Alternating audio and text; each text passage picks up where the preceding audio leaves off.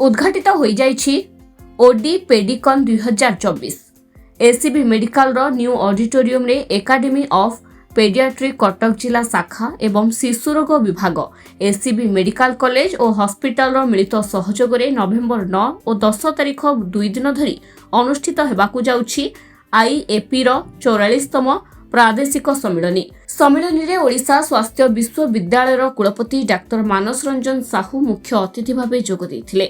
DMT संतोष मिश्र, additional DMT doctor Brajkishore दास, ओडिशा पेडिकन 2024 रो आयोजक committee रो मुख्य तथा शिशु भवन रो अधीक्षक प्रोफेसर डॉक्टर प्रभाकर मिश्र, संपादिका तथा पेडियाट्रिक विभाग रो मुख्य प्रोफेसर डॉक्टर गीतांजलि सेठी, केंद्रीय आईएपी रो electrical body member professor doctor Sunil Kumar Agarwal, AOP Cuttack शाखार संपादिका प्रोफेसर डॉक्टर स्वरूपा पंडा तथा कोषाध्यक्ष सहकारी प्रोफेसर डॉक्टर ज्योतिरंजन सतपथी प्रमुख अन्यतम अतिथि भावे जोग देथिले।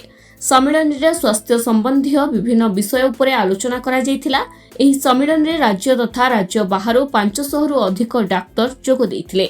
स्वास्थ्य सेवारे वैप्लविक परिवर्तन पई स्वास्थ्य यूनिवर्सिटी व्यापक संस्कार आनिबाकू जाउथिबा कहिसंती कुलपति। मेडिकल फ्राटर्निटी रे एक्चुअली पाठ पढ़ा आलोचना ए दुटा को निहाती दरकार रोगी सेवा भल हवा पाई। तेणु से भाया गोटे गोटे सम्मेलनी सबू ब्रांच सबू विभाग रे गोटे गोटे हुए जो थे राज्यर एवं देशर विभिन्न देखिक से माने आसती एवं से ज्ञान चर्चाटा से सबू चर्चार उद्देश्य थाए जमती सेवाटा लोकाभिमुखी हम से सबू कार्यक्रम भी दरकार। मेडिकल एजुकेशन बर्तमान बहुत प्रकार संस्करण जोटा केबे भी ओडिशा हो नथिला लाइक पोस्ट इंडिपेंडेंस कौन से मेडिकल कॉलेज रे केबे पीएचडी प्रोग्राम नथिला। प्रथम थर पर एवं यूनिवर्सिटी पीएचडी प्रोग्राम आरंभ करने जाऊँगी मु अति सर्टली गोटे पीएचडी कमिटी करुँची से सब मागिबी कौन कौन क्राइटेरिया अच्छी से गोटे पीएचडी प्रोग्राम हम। फेलोशिप प्रोग्राम केबे कौन से मेडिकल कॉलेज रे नथिला। PDF post doctoral fellowship post doctoral certificate course ये सब जिनस के शुणा नाला। बाकी केते गुड़ा सब्जेक्ट अच्छी मेडिकल कॉलेज रे केबे पाठ पढ़ा हुए माने आम ओडिशा रे तो कि स्टेट गवर्नमेंट मेडिकल कि जानी ना।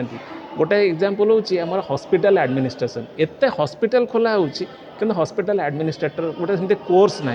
एते ट्रॉमा सेंटर आम राज्य में अच्छी किंतु इमरजेंसी मेडिसिन कोर्स ना। तो यही सब कोर्स गुड़ा मुझे खोलुची जोटा कि एक्चुअली लोकाभिमुखी हम।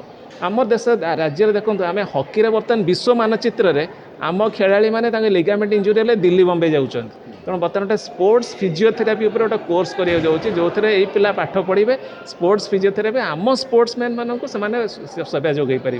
तेणु मुझे जो गुड़ाक करुँची सेटा एक्चुअली इम्प्लीमेंटेड हम लोकों डायलिसिस सबू डिस्ट्रिक्ट हेडक्वार्टर आईसीयू अच्छी सबू डिस्ट्रिक्ट हेडक्वार्टर डायलिसिस अच्छी डायलिसिस टेक्नीशियन ना।